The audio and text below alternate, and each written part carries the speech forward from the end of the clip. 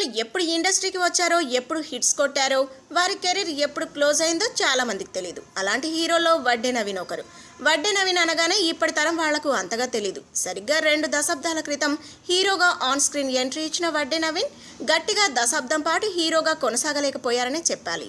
ప్రముఖ నిర్మాత వడ్డే రమేష్ తనయుడిగా వెండితెరపై అడుగుపెట్టిన వడ్డే నవీన్ మొదట్లో పర్వాలేదనిపించేలా పర్ఫార్మెన్స్ ఇచ్చాడు. 1990లో వచ్చిన కోరుకున్న ప్రియుడు సినిమాతో హీరోగా వడ్డే నవీన్ ప్రస్థానం మొదలైంది. తొలి సినిమా యావరేజ్ అనిపించుకున్న కోడి రామకృష్ణ దర్శకత్వంలో వచ్చిన అతని రెండో సినిమా పెళ్లి సూపర్ డూపర్ హిట్ అయింది.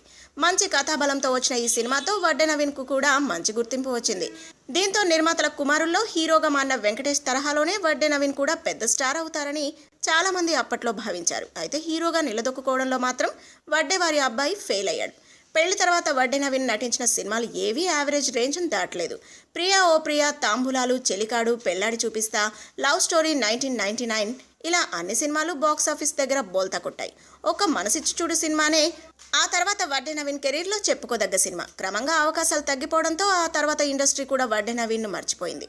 నా ఊపిరి వంటి మంచి సినిమాలతో ప్రయోగాలు చేయడానికి నవీన్ ప్రయత్నించినా ప్రేక్షకులు వాటిని రిసీవ్ చేసుకోలేదు.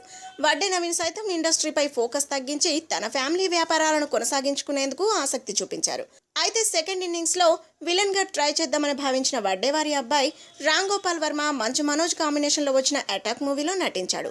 ఆ సినిమా ఫ్లాప్ అనిపించుకోవడంతో మళ్లీ సినిమాలపై తొంగి చూసే అవకాశం వడ్డే నవీన్కి దక్కలేదు. మొత్తానికి ఇండస్ట్రీలో చాలా మంది నిర్మాతల తనయుల తరహాలోనే వడ్డే నవీన్ కూడా హీరోగా success కాలేకపోయాడు. If you like the video, please like us and subscribe Tollywood Nagar.